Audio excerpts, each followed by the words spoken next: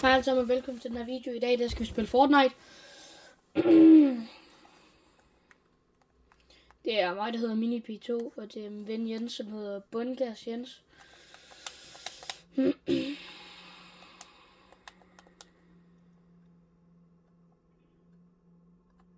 Jeg tror bare, jeg beholder Harley Quinn. Okay.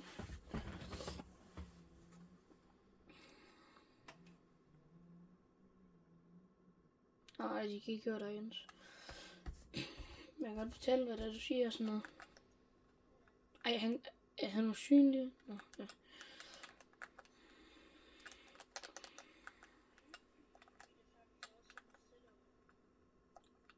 Hvad mener du?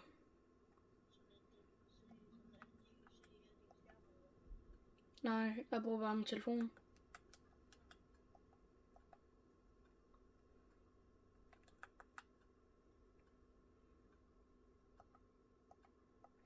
Og det er også takket være dig, Jens. Jeg tror, at den video, hvor det, du styler, altså den, hvor det, jeg ikke har sat musik på, ikke også?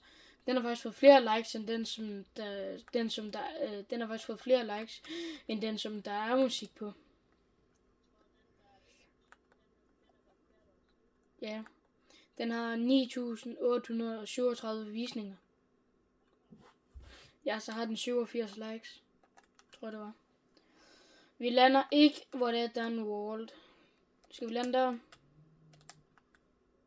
Okay.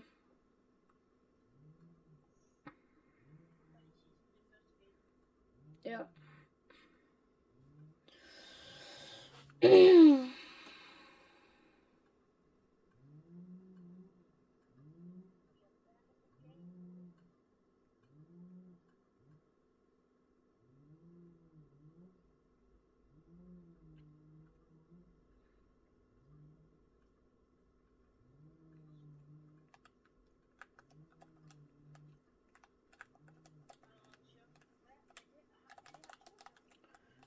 Ja, Jens. Det er Gun and Dump, tror jeg det er. Nej, Pump and Dump. Men jeg gider ikke have den. Jeg synes ikke, den er særlig god. Nej, men det var bare den blå, mand. De var her ikke i starten, men så lige pludselig så bomber de bare ind den der Pump and Dump.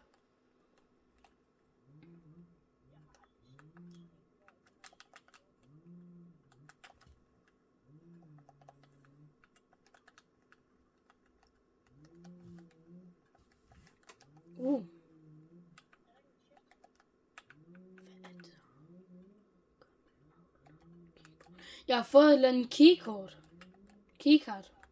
Ja. I know.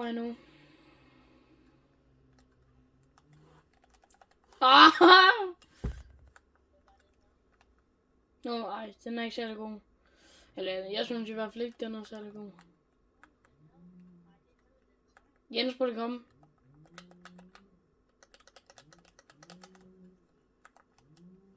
Mini.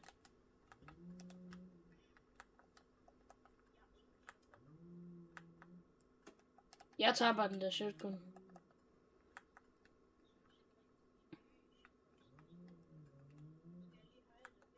Hvad stod der lige et eller andet? Nej, det gjorde der ikke. Kom, vi går på toget, Ja, så jeg er på sådan her. Nej!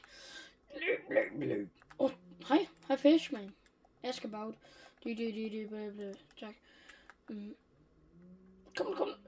Kom nu, Jens. Nej. Lad mig lige poppe. Kan man godt skyde dem, eller hvad? Men vi skal jo ind i banken, eller hvad det hedder.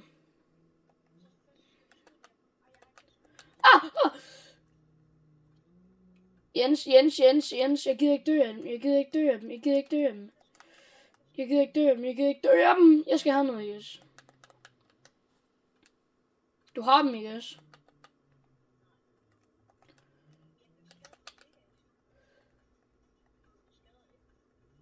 En død her.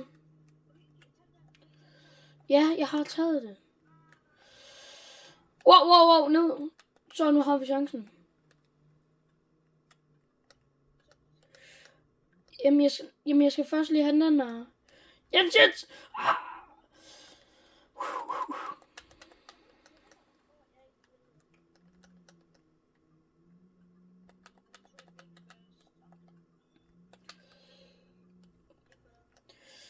Ja, det er dig. Det må så lige være dig. Kom nu, vi skal have det, imens den er nede. Sådan der.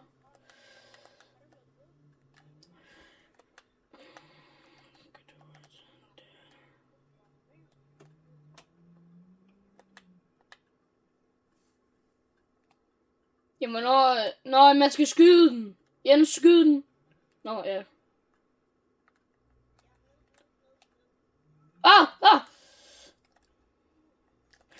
Jens.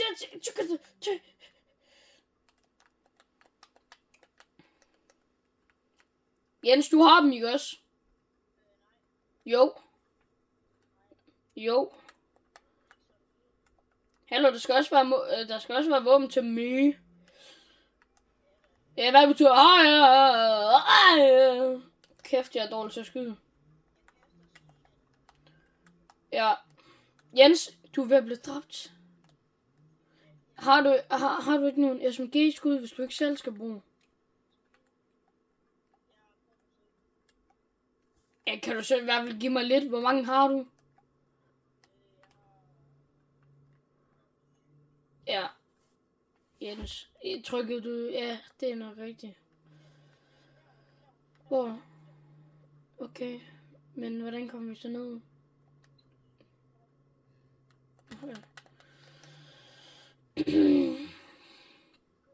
Ja, det gør jeg.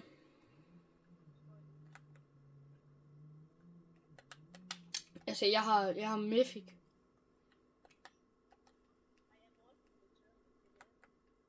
Når man ligger stadig restet, det kunne i hvert fald være dejligt. Hold da kæft. Nej, jeg skal ikke prøve den. Jeg troede, du spurgte, om jeg skulle prøve den. Nej, du skal ikke ramme mig.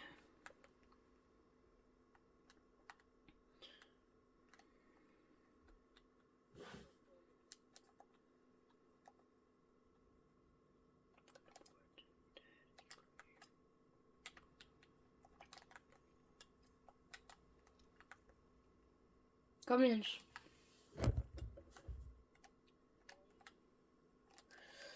No, I will try. Nå, vi skal i hvert fald blive, altså, hvis vi kommer derhen. Ja, derhen, hvor den der blå. Nej, hvad laver du?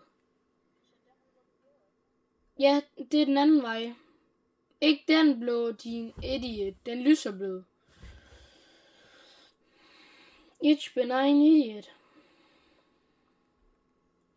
Hvad laver du? Så nu kørte derhen. Jens, du lader mig køre snart.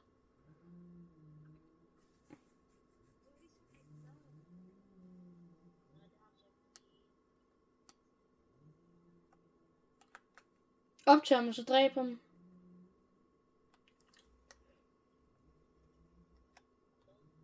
Godt. Har han det der keycard, eller hvad?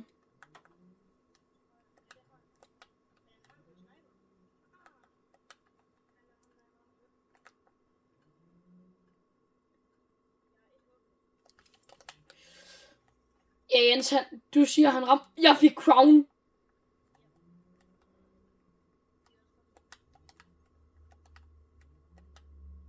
Jens, den her må du gerne få.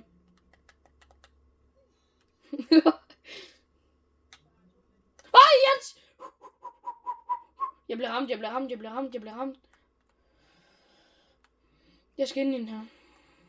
Hvorfor healer jeg ikke? Hej, Max. Dræber du dem?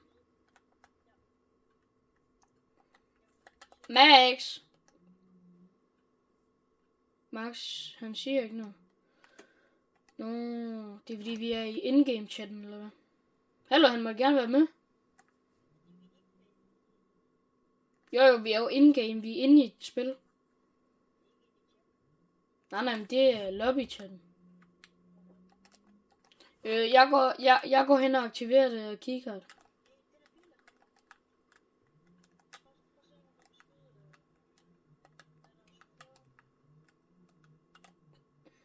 Okay.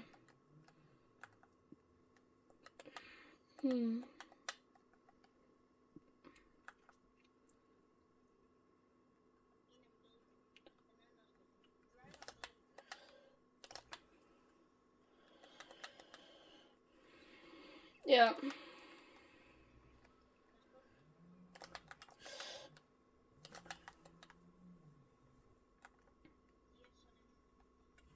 Nå ja, der kommer flere og flere. Okay, er det en spiller, der kommer? Ja, det er. Ja, det er. Ja, det er. Kom! Hjælp! Hjælp, hjælp, hjælp, hjælp, hjælp, hjælp, hjælp. Jens, vi skal væk. Jamen, jeg har bare sagt goodbye. Ja, Jens, du skal væk.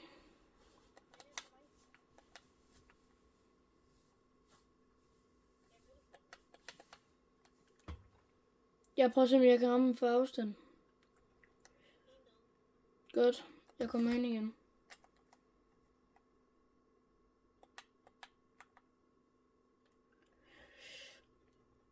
Ja, bilen den springer.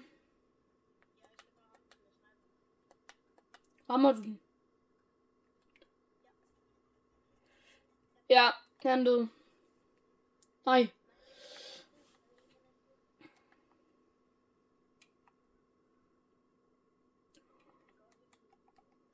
Wow.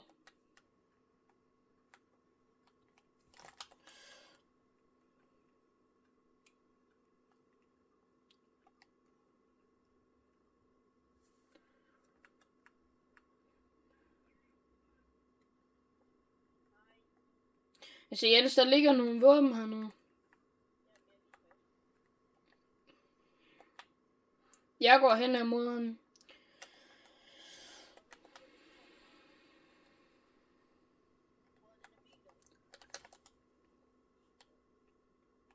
Åh! Oh! Han ligger klar med sniper. Han ligger klar med sniper.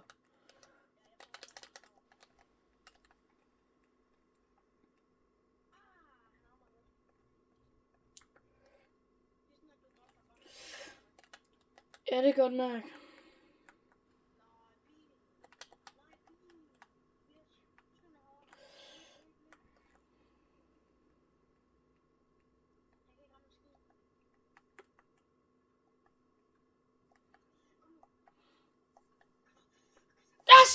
Hasu, super.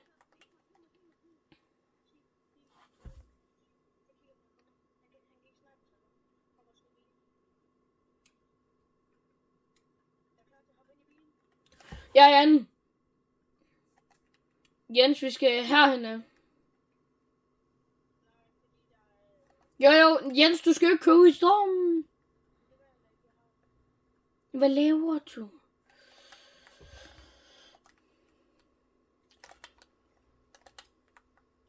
And the number 2. Ja, han var i hvert fald ikke særlig god. Ja.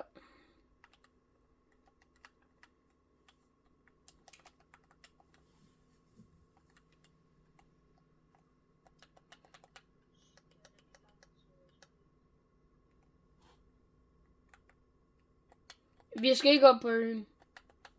Det er for farligt spil.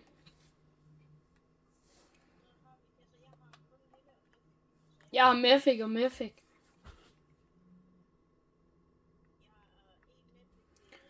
Alle dem, som kigger på den her video, I kan lige se, hvorfor noget våben her. Ja, og her får Jens at se.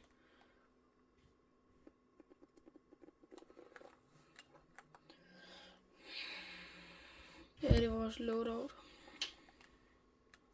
Husk at farme match, altså jeg er fuld. Ja, altså, jeg har også sådan ting, så når der er nogen, der bliver skudt, så kan jeg se i kort tid, hvorhen det var. Jens, vi skal komme ned. Jeg ved ikke, hvordan man gør det. Jeg har aldrig været her. Okay. Ja. Hide.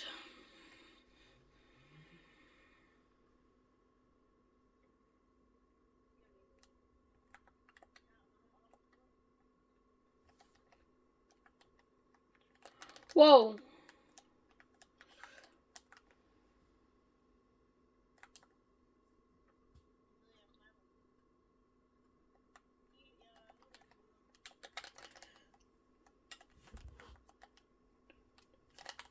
Oh!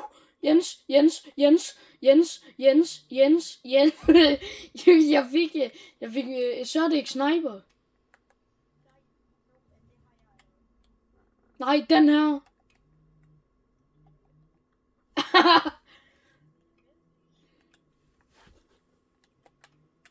Jeg synes, jeg har det bedste lootout, som man nogensinde kan få. Okay, ny opdatering, ny lootout.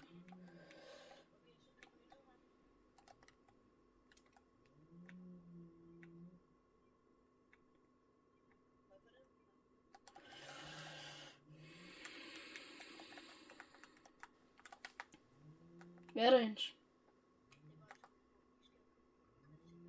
Jens, vi skal den anden vej. Og der er 10 tilbage.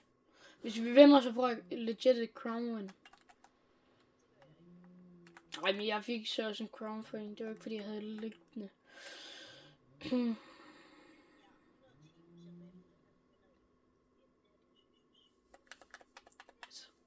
Så tyk sniper. Jeg ved ikke engang, hvad sniperen den gør.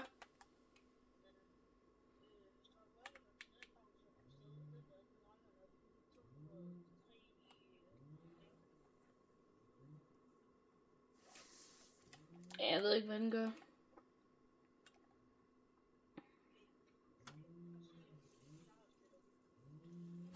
Ja, altså skriv ned i kommentarfeltet, hvis I ved, hvad den der Surtech sniper gør. Eller hvad den kan.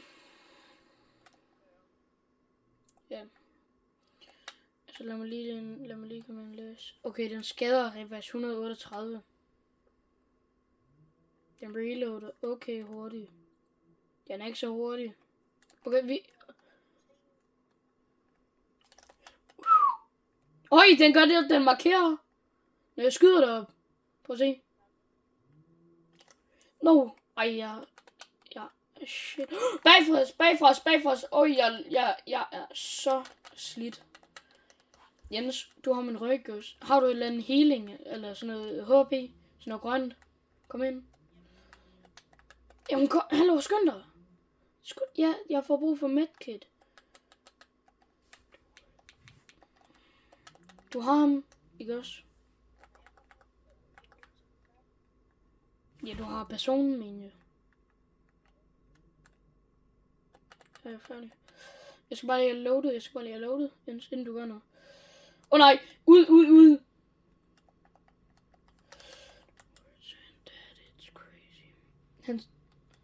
Nu er de simpelthen 2. Jamen, de er 2. En ramt 138.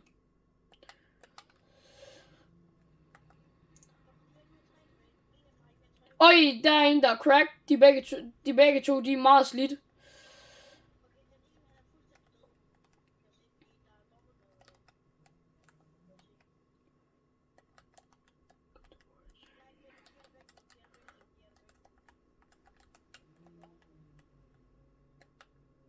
Og de har endda medaljen.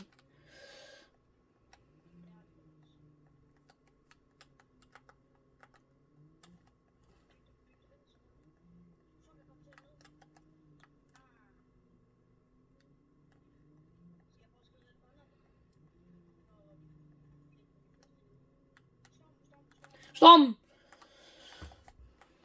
Alle mand for sig selv. Yes, en knocked. Ja, ham den anden, han dør også.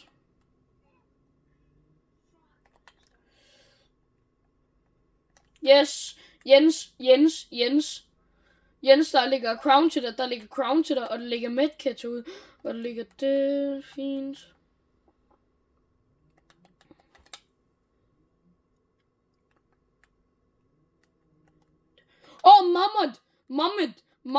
Mammet. Jens, jeg har Exotic Sniper til dig. 1. Ja, til mig selv. Jamen, jeg skynder mig alt, hvad jeg kan.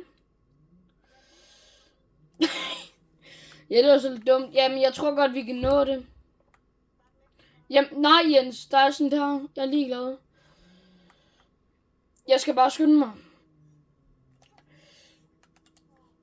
Nej, vi når det ikke, Jens. Vi dør.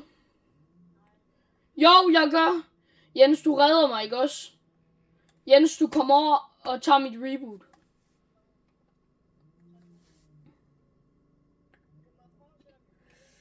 Du skal bare prøve at tage de sidste. Lige med mig. Skynd dig ind. Nej! Vi kom tredje. Vi prøver igen. Hej alle sammen. Jeg laver en part 2.